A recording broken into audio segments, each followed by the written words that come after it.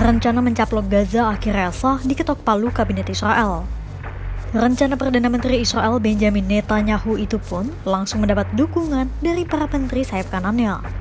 Keputusan yang diambil pada Jumat 8 Agustus 2025 itu mungkin jadi langkah terburuk yang pernah diambil Netanyahu selama perang di Gaza. Sebab upaya pendudukan Gaza telah memecah belah Israel. Bukan hanya kecaman dari dunia, Netanyahu juga berhadapan dengan suara-suara kontra dari pejabat Israel dan panglima militernya. Politisi Israel menyebut rencana pendudukan Gaza adalah bencana bagi Tel Aviv. Sementara Palestina menilai rencana gila Netanyahu mencaplok Gaza adalah deklarasi kejahatan perang yang terang-terangan. Lantas, bagaimana pandangan analis soal keputusan Kabinet Israel yang sewenang-wenang terhadap nasib Gaza?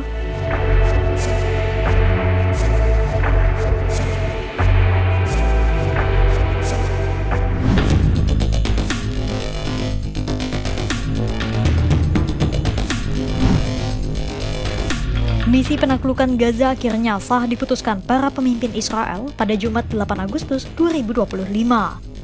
Rapat itu berlangsung selama 10 jam lamanya, hingga akhirnya rencana pendudukan seluruh wilayah Gaza masuk finalisasi. Netanyahu pun menuntut agar militer Israel segera menjalankan operasi itu tanpa banyak bicara. Operasi itu akan dimulai dengan penaklukan inti kota Gaza.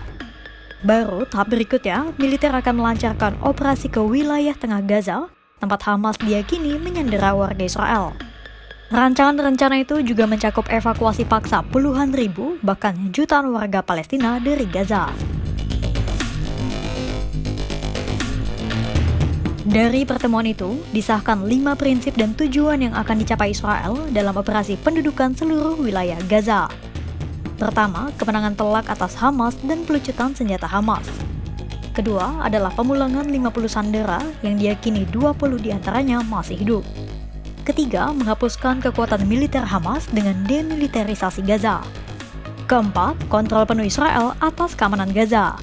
Dan kelima, membentuk pemerintahan alternatif baru yang tidak melibatkan unsur Hamas maupun otoritas Palestina. Rencana itu akan memakan waktu berhari-hari bagi militer Israel untuk memanggil pasukan cadangan, mengerahkan pasukan ke kota Gaza, dan mengevakuasi paksa puluhan ribu warga Gaza. Sikap Netanyahu dalam pengambilan kebijakan itu jadi sorotan. Pertama, Netanyahu secara terang-terangan mengabaikan peringatan para petinggi militer yang menegaskan bahwa langkah itu akan berisiko bagi sandera dan warga sipil. Netanyahu juga mengaku tak berniat memerintah Gaza secara permanen dan akan menyerahkannya pada pihak Arab. Pernyataan Netanyahu itu begitu bertentangan dengan gagasan solusi dua negara yang disuarakan oleh banyak pihak. Jika mengacu pada gagasan solusi dua negara, Palestina seharusnya tetap dipimpin oleh otoritas Palestina, badan yang selama ini menghubungkan Palestina dengan dunia luar. Pernyataan ketiga Netanyahu yang dipertanyakan adalah, ia menyebut operasi ini bertujuan untuk menjaga keamanan Israel dan membebaskan Gaza dari Hamas. Alih-alih membebaskan rakyat Gaza, rencana Netanyahu itu justru sangat berpotensi untuk memperburuk krisis kemanusiaan di wilayah itu. Nyawa warga sipil bisa kembali berjatuhan di tangan tentara Israel, kelaparan semakin parah, dan warga Gaza dipaksa untuk keluar dari tanah mereka sendiri. Tak heran, rencana Netanyahu ini disebut sebagai bencana dan deklarasi kejahatan perang. Siapa saja yang menolak rencana Netanyahu itu?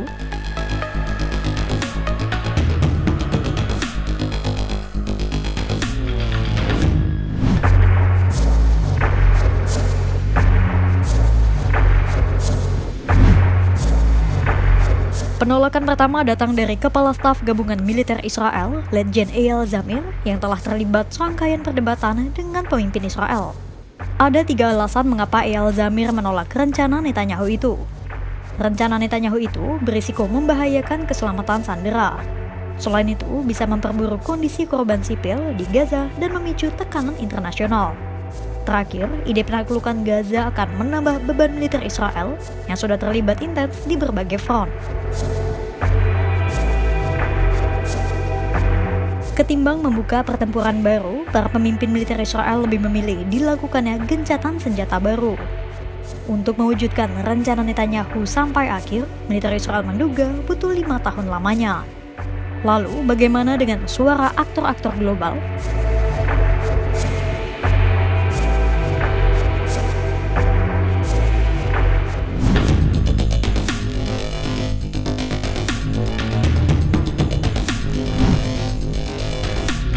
Presiden Inisiatif Nasional Palestina sekaligus politisi, Mustafa Barghouti, adalah sosok yang menyebut bahwa keputusan Netanyahu itu adalah deklarasi kejahatan perang.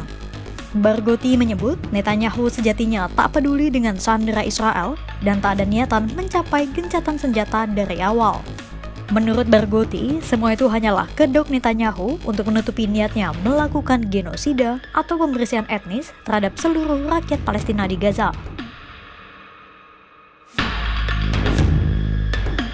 Barghouti mengkritik keputusan pendudukan Gaza yang diumumkan Netanyahu itu sama dengan mendeklarasikan kejahatan perang. Ide pencaplokan Gaza juga tuai penolakan dari pemimpin oposisi Israel, Yair Lapid. Lapid menyebut apa yang dilakukan Netanyahu dan antek-anteknya adalah bencana yang menciptakan lebih banyak bencana lagi.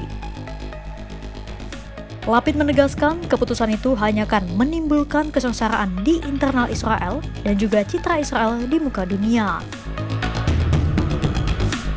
Pemimpin partai oposisi sayap kiri Israel, Yair Golan, bahkan menyebut keputusan itu adalah hukuman mati bagi para sandera Israel dan keluarga mereka.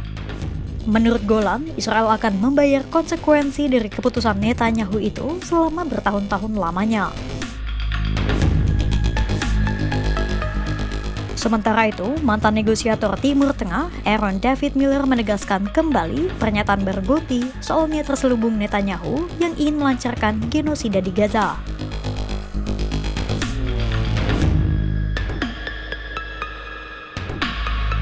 Penasihat Komunikasi Dewan Pengungsi Norwegia atau NRC, Shaina Low, juga menilai bahwa operasi Israel itu hanya akan menambah buruk situasi di Gaza.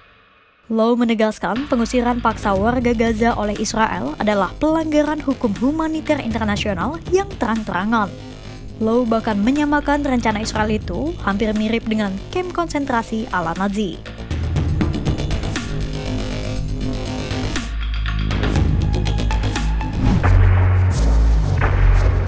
Gaza, sepetak tanah yang sudah terlalu lama jadi saksi darah, air mata, dan kehancuran, kini kembali berada di persimpangan nasib. Israel sewenang-wenang menentukan nasib Gaza. Netanyahu yakin pendudukan penuh adalah jawaban. Tapi peringatan datang dari segala arah, baik dari militer Israel, para politisi oposisi Israel, maupun komunitas internasional. Netanyahu bergeming tutup telinga terhadap ratapan sandera yang mana mereka adalah rakyatnya sendiri. Ia juga tutup mata atas bencana kemanusiaan yang kian menggila di Gaza hingga tekanan dunia yang semakin mencekik. Kira-kira bisakah tekanan dari internal dan global mengubah keputusan di meja kebijakan Israel? Pantau terus perkembangannya hanya di kanal YouTube Kompas.com.